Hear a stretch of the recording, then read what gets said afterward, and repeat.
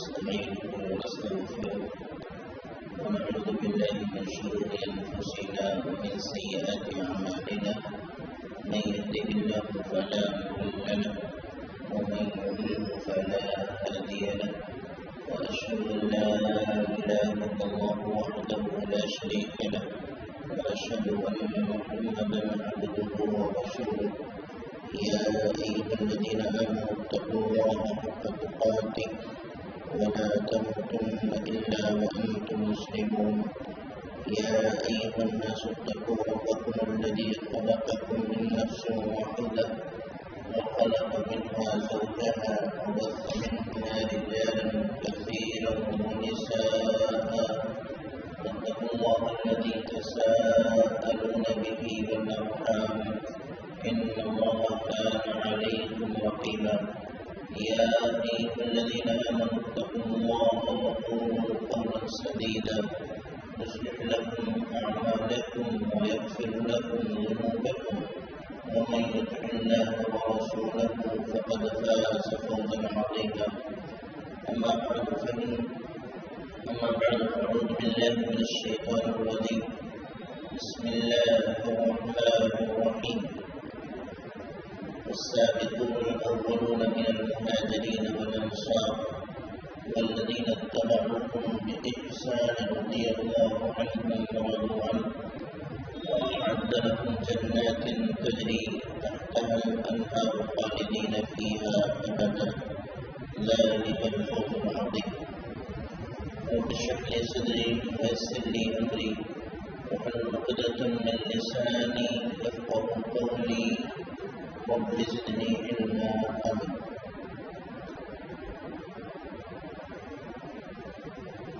الحمد لله بنعمته بڑائی تعریف و توصیف اکیلے وحدہ لا شریک کے لیے اللہ کی رحمت برکت نازل ہمیں کرام پر خصوصاً آخری نبی پیارے نبی جناب محمد رسول اللہ صلی اللہ علیہ وسلم پر صحابہ کرام پر اور قیامت تک آنے والے مومنین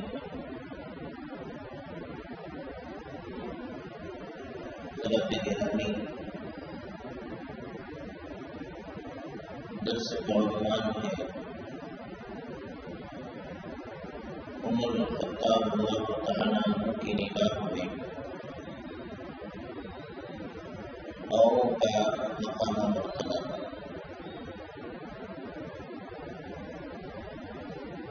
اس عنوان کا مفہوم یہ ہے کہ عمر بن الخطاب اللہ تعالیٰ عنہ کی شخصیت آپ کا مقام و مرتبہ دینی اور دنیاوی اعتبار سے آپ کی حیثیت بہت بلند ہونے کے باوجود دوسروں کے خوبیوں ان کی فضیلتوں کا انہیں اعتراف تھا اور اسی اعتبار سے ان کے ساتھ عمر بن الخطاب اللہ تعالیٰ عنہ کا سلوک یا رویہ ہوا کرتا ہے. یہ چیز بڑی اہم ہے کہ انسان دوسروں کی خوبیوں کا اعتراف کر لے، خاص طور سے اپنے دور کے لوگوں کا، اپنے قریب رہنے والے لوگوں کا، کہ آپ کے اندر یہ خوبی ہے میں مانتا ہوں. یہ مان لینا، یہ اعتراف کر لینا لوگوں کو بہت بھاری اترتا ہے. عموماً جلدی سے کوئی اعتراف نہیں کرتا، اور خاص طور سے ایسے لوگ جن کا ایک مقام، جن کی ایک کیفیت ہے، وہ جانتے بوجھتے ہوئے دوسروں کے مقام کا اعتراف نہیں کرتے، اس کی خوبیوں کا اعتراف نہیں کرتے، بیان نہیں کرتے. لیکن عمر الخطاب اللہ تعالی ایک مقام ایک حیثیت ہونے کے باوجود دنیاوی اعتبار سے حاکم وقت ہیں، امیر المومنین ہیں، اور اخروی اعتبار سے اللہ کے نبی صلی اللہ علیہ وسلم نے انہیں جنتی ہونے کی بشارت ایک نہیں کئی مرتبہ دے دی تھی. تو دونوں اعتبار سے آپ کا مقام بلند ہونے کے باوجود دوسروں کی خوبیوں کا اعتراف کرتے تھے، ان کی حیثیت کو بتاتے تھے، اسی اعتبار سے شروع کرتے تھے. آج کے درس میں یہی کسی چیز کو ثابت کرنے کے لیے دو واقعات کی خدمت ہے. پہلا واقعہ ہے عدی بن حاتم اللہ تعالی عنہ کا. حاتم جو مشہور حاتم تائی، انہیں کے لڑکے عدی بن حاتم اللہ تعالی عنہ کا ان کا اپنا بیان ہے کہ اپنے قوم کے لوگوں کے ساتھ عمر الخطاب اللہ تعالی عنہ کی مجلس میں شریک ہوئے.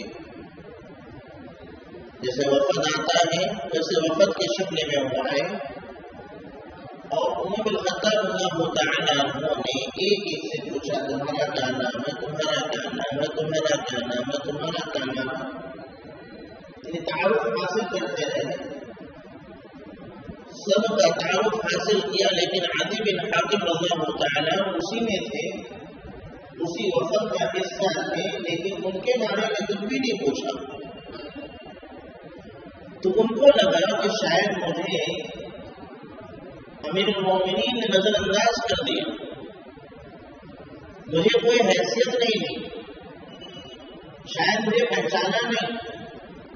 تو انہوں نے پوچھ لیا یا امیر المومنین اتعرفنی، کیا آپ مجھ کو پہچانتے ہیں؟ عمر الخطاب اللہ تعالی عنہ نے اس کا جواب صرف ہاں سے نہیں دیا کہ ہاں میں پہچانتا ہوں تم عدی بن حاتم ہوں، بلکہ پوری فضیلت ان کی بیان کرے تو تمہاری فرمایا بلا ہاں یقیناً پہچانتا ہوں. اسلمت اذا کفروا، تم تو اس وقت اسلام قبول کیے جب تمہارے قوم نے انکار کر دیا تھا.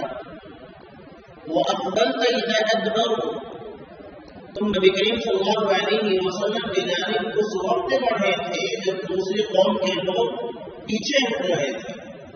وَوَفَيْتَ إِذَا بَذَلُوا، اس وقت نبی کریم صلی اللہ علیہ وسلم کے ساتھ آپ نے وفاداری کا معاملہ کیا جب لوگوں نے دھوکہ دیا.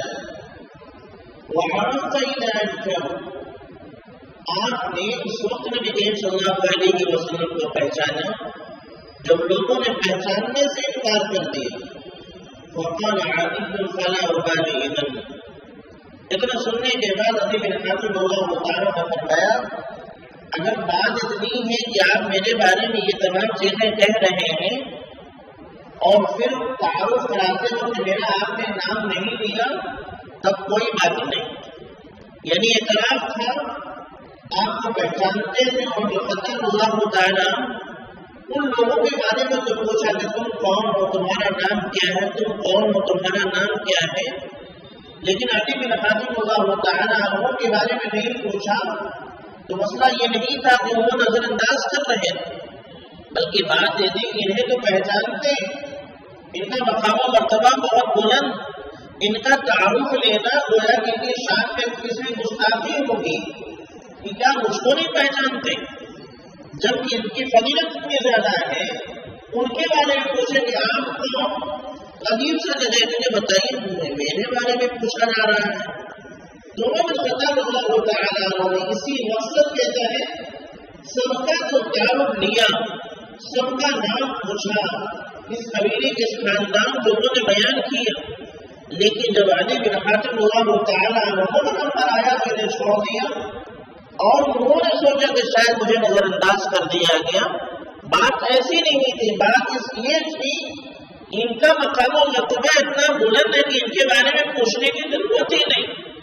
اور جب عدی بن حاتم اللہ تعالی عنہ کو ذرا شک ہوا کہ مجھے نظر انداز کیا جا رہا ہے، اور کہا یا امیر المومنین اتعرفنی، اے امیر المومنین کیا آپ مجھے جانتے ہیں؟ پوری لمبی فہرست پیش کر دی کہ آپ کے فضیلت تو یہ ہے، آپ کا مقام تو یہ ہے، اسلام سے وفاداری آپ کی یہ ہے، اسلام سے تعلق آپ کا یہ ہے، کیوں نہیں آپ کو پہچانیں گے؟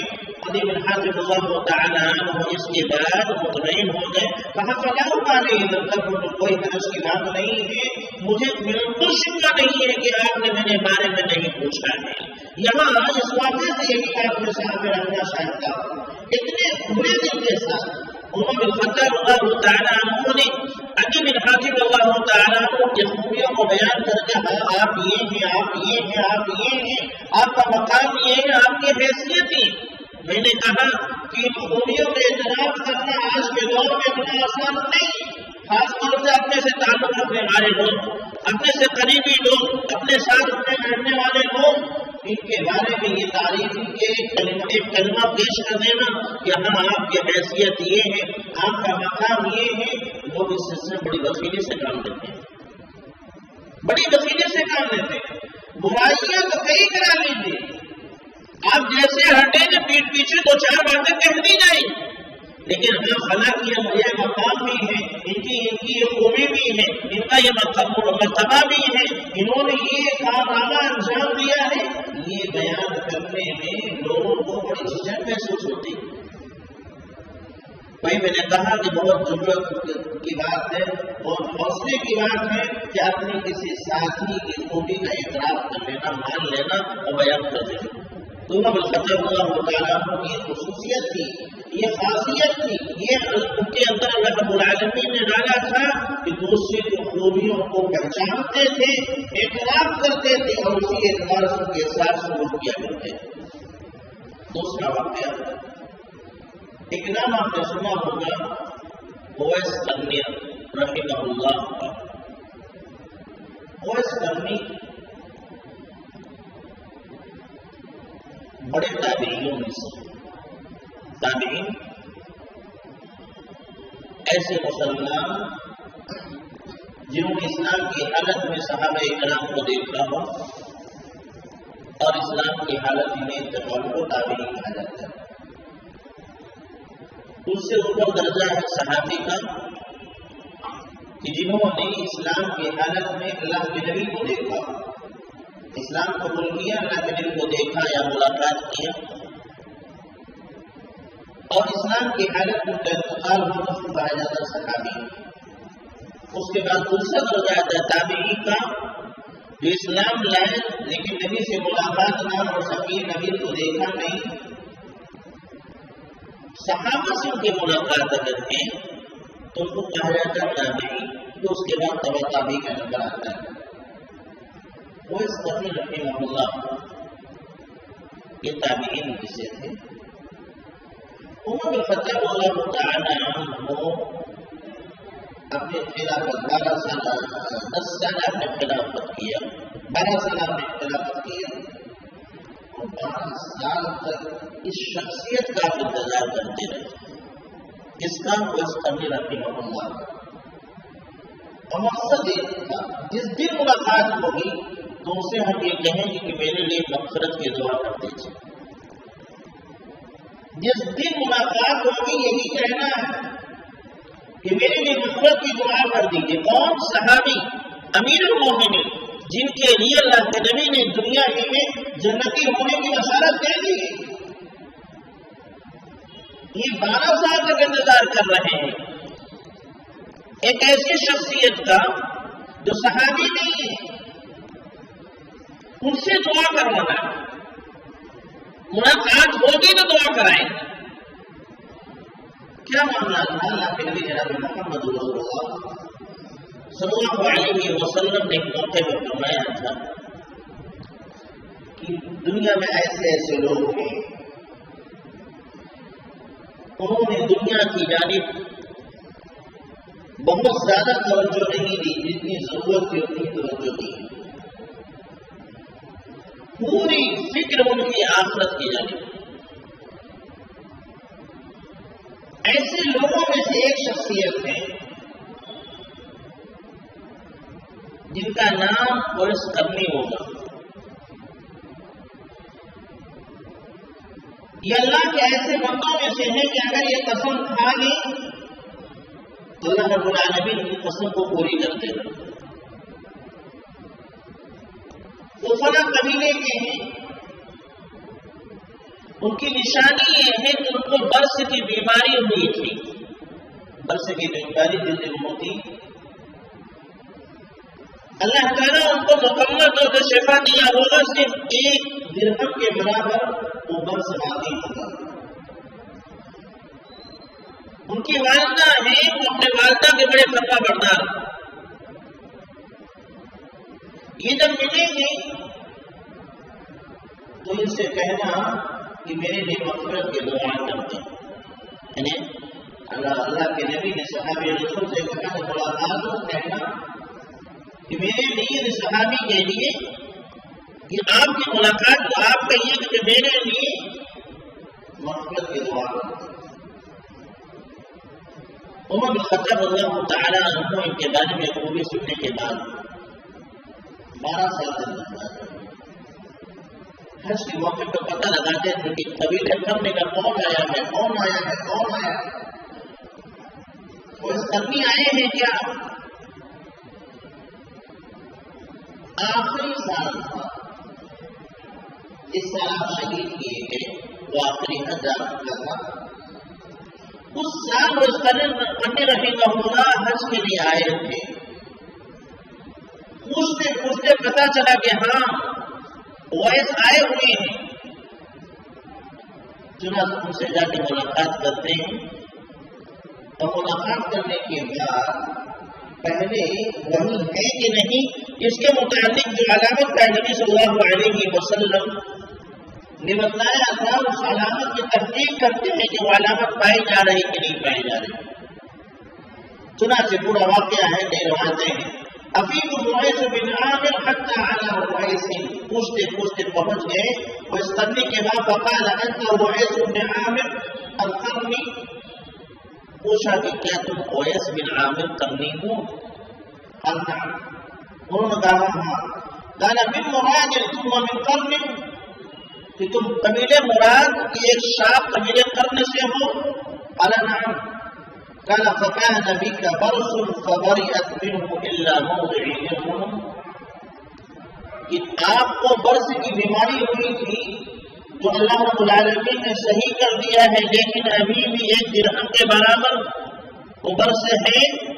قال نعم. قال لك والدة، تمہاری ایک ماں ہے؟ قال نعم. قال سمعت رسول الله صلى الله عليه وسلم، کہ میں نے نبی کریم صلی اللہ علیہ وسلم کو فرماتے ہوئے سنا یأتی علیکم رویس بن عامر مع امداد اہل الیمن من مراد ثم من قرن، کہ میں نے نبی کریم صلی اللہ علیہ وسلم کو فرماتے ہوئے سنا کہ تمہارے اندر رویس بن عامر القرنی آئیں گے جو قبیلے مراد کے ایک شاخ قرن سے ہوں گے، اور اسی طریقے سے ان کو برص کی بیماری ہوگی. اللہ تعالیٰ ان کی اس بیماری کو مکمل طور سے شفا دے دے گا سوائے 1 درہم کی جگہ پر. لہو والدۃ ہوا بها نقل، ان کی ایک والدہ ماں ہوگی جس کے وہ بڑے فرما بردار ہوں گے. لو قسم علی اللہ، اگر وہ اللہ کی کوئی قسم کھا لیں لأبرہو، تو اللہ رب العالمین کی قسم پوری کر دے گا. فإن استطعت أن يستغفر لك فافعل، اگر ہو سکے تو ان سے مغفرت کی دعا کروا لیں. فاستغفر لی، کہا آج آپ میرے کو میرے لیے مغفرت کی دعا کر دیجیے. فاستغفر، انہوں نے دعا کر دی. کون؟ صحابی رسول تابعین سے، ایسا صحابی جو جنتی ہے، ایسا صحابی جو امیر المومنین ہے، ایک تابعین سے جو رتبے میں کم ہے، اس سے دعا کروا رہے، پوری فضیلت کو بیان کرتے ہوئے کہ آپ کا مقام یہ ہے، آپ کا مقام یہ ہے، آپ کا مقام یہ ہے. اللہ کے نبی نے آپ کے بارے میں فرمایا. انہوں نے دعا کر دی اور دعا کرنے کے بعد فتح اللہ تعالیٰ کو پوچھا کہ جانے کا تمہیں ارادہ ہے؟ انہوں نے کہا کہ یہاں سے کوفہ جانے کا ارادہ ہے. کہا کہ کیا میں وہاں کے گورنر کو خط لکھوں تاکہ تمہارے وہ کام آ جائے، تمہارے رہنے کا بندوبست کر دیں. انہوں نے کہا نہیں. میں لوگوں کے درمیان گھل مل کے رہنا چاہتا ہوں، ان کے درمیان گھل مل کے رہنا چاہتا ہوں، کوئی الگ سے خصوصیت نہیں چاہتا۔ فلما كان في الحال المؤمن كان چلے گئے۔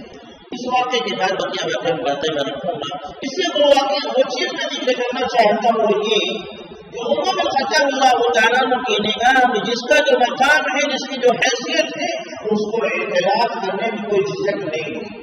یہ نہیں اس وجہ کہ میں تو صحابی ہوں، میں امیر المومنین ہوں، یہ تابعی ہے، ایک عام شخص ہے، لہٰذا اس سے میں دعا کرانے جاؤں۔ آج یہ چیزیں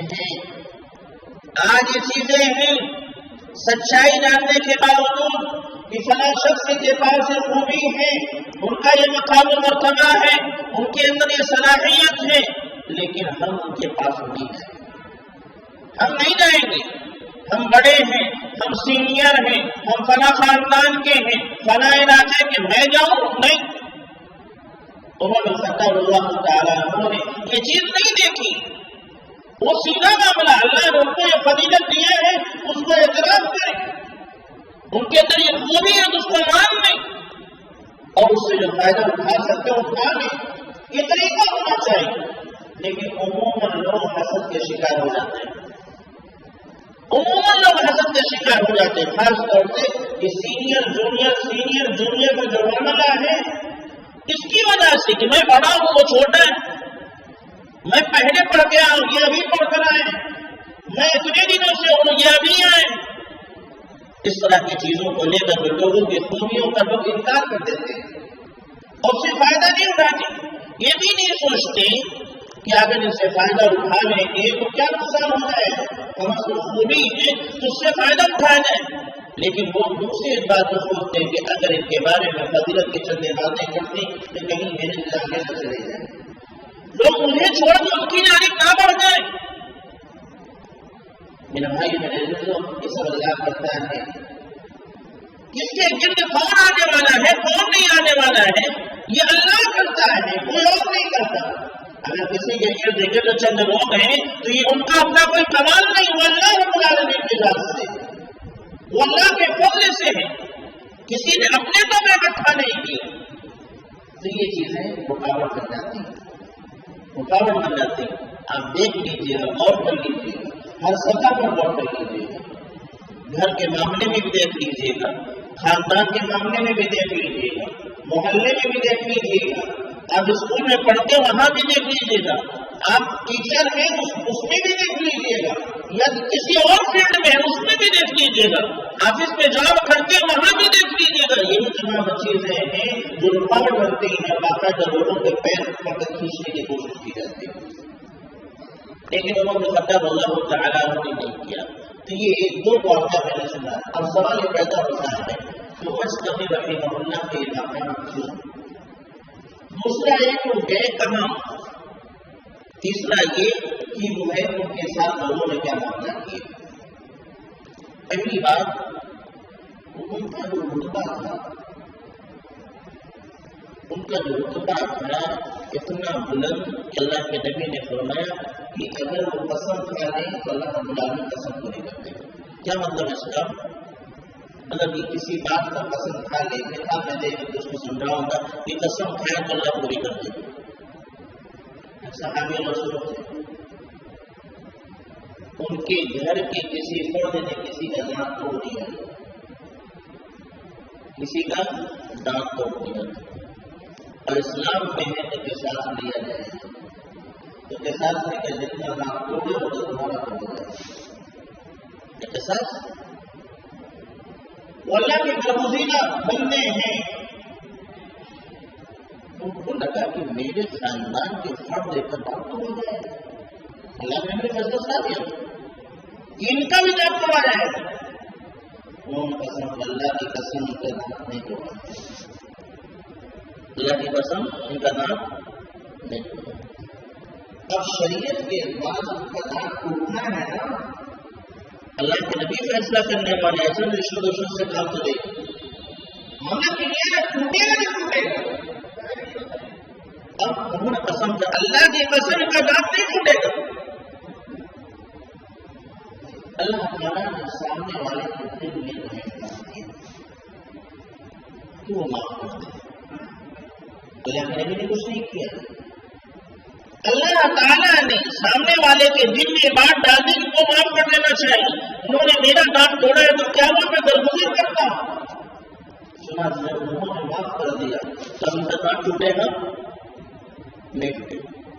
اللہ کے نبی نے اس موقع میں اس صحابی کے لیے بات نہیں کی. اللہ کے بندوں میں سے بعض بندے ایسے ہیں کہ جب وہ قسم کھا لے تو اللہ پوری کر دیتا. یہاں وہی بات اصول و ضابطے کے خلاف بات ٹوٹنا تھا اور اس کے باوجود انہوں نے قسم کھا لی تھی ان کا اللہ کی قسم ان کا ناٹ نہیں ٹوٹے گا. تو اس لیے نہیں تو قسم کھایا تھا جو ابو اللہ کے نبی کے فیصلے کی مخالفت کر رہے ہیں. نہیں اللہ کو بھروسہ تھا کہ اللہ تعالیٰ سے راستہ نکال دے گا. چنانچہ اس حالت میں قسم کھائی اللہ نے پوری کر دی. ان کو ہی جملہ ان کے بارے میں اللہ کے نبی نے فرمایا. تو یہ مقام کیا تھا؟ در حقیقت یہ اللہ کے نبی کے دور میں اسلام قبول کر چکے تھے اور اللہ کے نبی کے دور میں جو لوگ اسلام قبول کرتے تھے وہ ہجرت کر کے مدینہ منورہ آتے تھے اور نبی کریم صلی اللہ علیہ وسلم سے ملاقات کرتے تھے. اور جس نے بھی نبی صلی اللہ علیہ وسلم سے اسلام کی حالت میں ملاقات کر لی کس درجے میں آ جائے گا؟ صحابی. اور جو صحابی ہو گیا اس کا مقام یہ ہے کہ رضی اللہ عنہ اللہ ان سے راضی ہو گیا وہ اللہ سے راضی ہو گیا. اور جس سے اللہ راضی ہو جائے وہ جنت میں جائیں گے نہیں جائیں گے. یعنی اتنی بڑی فضیلت ملنے والی تھی. کیا کہتا تھا؟ اپنے علاقے سے سفر کر کے آنا تھا نبی سے ملاقات کر کے واپس چلے جانا. ایسا نہیں کہ ہجرت کر کے ہمیشہ ہی رہنا تھا. یہ کام کرتے تو صحابی ہو جاتے ہو لیکن ان کی والدہ تھی جن کی کوئی خدمت کرنے والا نہیں تھا اور انہوں نے اپنی والدہ کی خدمت کے لیے اتنے بڑے شرف سے اپنے آپ کو رکھا. صحابی نہ ہوئے لیکن والدہ کی خدمت کو نہیں چھوڑا. ان کے یہاں نہ آ پانے کی ایک وجہ یہی تھی کہ اپنے والدہ کی خدمت کی وجہ سے یہ تھا. اللہ رب العالمین نے ان کی اس نیکی کو قبول کر لیا. والدہ کی خدمت. نماز ہوگا وہ بھی پڑھتے یہ بھی کرتے. نیکیاں جو فرائض ہیں یہ بھی کر لیں وہ بھی کر لیں. ان کی یہاں ایک مشکل چیز تھی اور کیا تھی؟ نبی والدہ کی خدمت. اس کی وجہ سے بیچارے سفر نہ کر سکے ورنہ صحابی کا رتبہ ملتا اور جنتی انعام پاتے. اللہ رب العالمین نے ان کی اس نیکی کو قبول کر لیا. ان کو مقام دیا. اللہ کے نبی صلی اللہ علیہ وسلم نے ان کے بارے میں یہ باتیں کہیں کہ قسم کھا لیں اللہ ان کی قسم پوری کر دیتا. دوسرا یہ اس سے مغفرت کی دعا کرا لینا یعنی مستجاب الدعوات میں ان کی دعائیں قبول ہوتی ہیں. تو یہ وجہ ہے ان کے مقام میں. سمجھے دوست کرنے کے مقام کیوں ملا؟ والدہ کی فرما برداری چڑا کے بھاگتے. سب سے زیادہ بےحرمتی والدہ کی ہوتی ہے. والد کو ڈٹا لیتا ہے کہ نہیں؟ صحیح نا؟ والدہ کی خدمت کرنا ہے. ان کو ناراض نہیں کرنا. ان کی باتوں کو ماننا. صبح فجر میں اٹھائے تو اٹھنا نہیں. کاش کہ ہماری اماں کو اٹھاتی. کتنا سمجھتی؟ کاش کہ ہماری اماں ہماری والدہ ہم کو فجر کی اٹھاتی. یہ بھی بڑا مسئلہ ہے. اکثر گھر میں تو والدہ خود نہیں اٹھتی اور جس گھر میں والدہ اٹھ رہی ہیں تو وہ گھر بہت برباد ہے. سمجھے؟ والدہ کی خدمت کرنا ہے. والدہ کی باتوں کو ماننا. والدہ کو خوش رکھنا ہے اور والد صاحب کو بھی. اللہ رب العالمین اس طرح کا مقام مرتبہ کر دیتا ہے. دوسری بات یہ کہ ورث کرنے رکھنے ہوگا وہ بات ہے کوئی الگ سے اسپیشل اپنے لیے کروانا لے کے نہیں. ان کی خواہش تھی کہ لوگ مجھ کو اس اعتبار سے نہ دیکھیں کہ میں کچھ اسپیشل ہوں، لوگوں کے درمیان گھل کے جیسے عام لوگ رہتے ہیں ویسے بھی رہتے ہیں، یعنی ایسا لباس ان کا رہتا تھا، چادر ایسے رہتی تھی جس کو دیکھ کے کوئی کہہ نہیں سکتا کہ ان کا یہ رتبہ ہے، معمولی سے گھر میں رکھا کرتے تھے۔ جا کے گفا میں آباد ہو گئے، دوسرا سال آیا حج کا موقع ہے،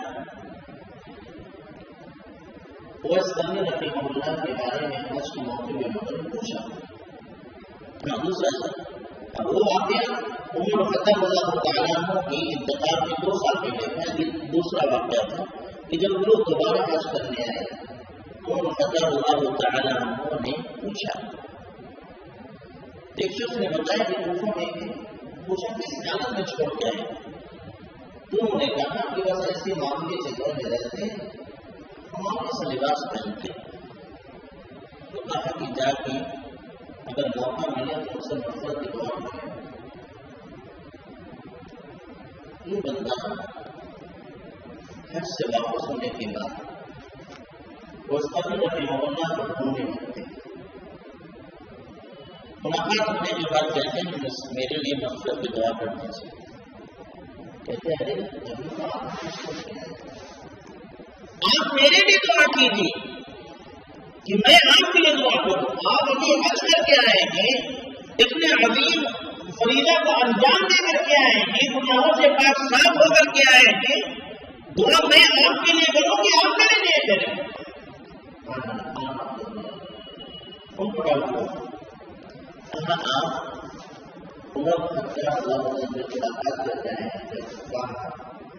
سمجھ گئے کہ وہ حدیث انہوں نے سنایا، چنانچہ مقصد کی دعا کی، ایسا قائم ہوئی کہ وہ لوگوں کے سامنے لے گئے، کیونکہ لوگ سے ان کی ارد گرد جمع ہو گئے، ہواری اکٹھا ہونے لگے تھے اور ان کی شان میں غلو ہونے کا امکان تھا۔ لوگ جیسے کپڑے پوچھے آج کے سماج میں ہوتا تو پوچھے بنا کے پوچھنا شروع کر دیں، اس فتنہ کو بھاگ دیں کہ میری وجہ سے لوگ فتنے میں نہ کر جائیں، ان کی دعائیں قبول ہوگی، یہ جو کچھ کہہ دیتے وہ ہو جا رہا ہے، کہیں غلط عقیدہ نہ ہو جائے، لوگوں کی نجات سے یہ بات میں ملتا ہے شاید جنگ صفین کے موقع پر ان کی شہادت اللہ علیہ وسلم، تو بہرحال یہ اور سجن رحمہ اللہ کی صحیح واقعہ میں نے ذکر کرنے کی کوشش کی ہے، صحیح مسلم کے اندر بھی ہے اور دوسری روایت کے اندر کتابوں کے اندر موجود ہے، اور ان کے بارے میں بہت سے غلط باتیں لوگوں نے منسوخ کی ہیں، بڑھا چڑھا کر کے ایسا تھا جو خلاصہ جو صحیح بات اس کو ملی ہے، تو آپ نے اپنے تعمیری ہونے کے باوجود ان کا مقام مرتبہ اس قدر بلند تھا۔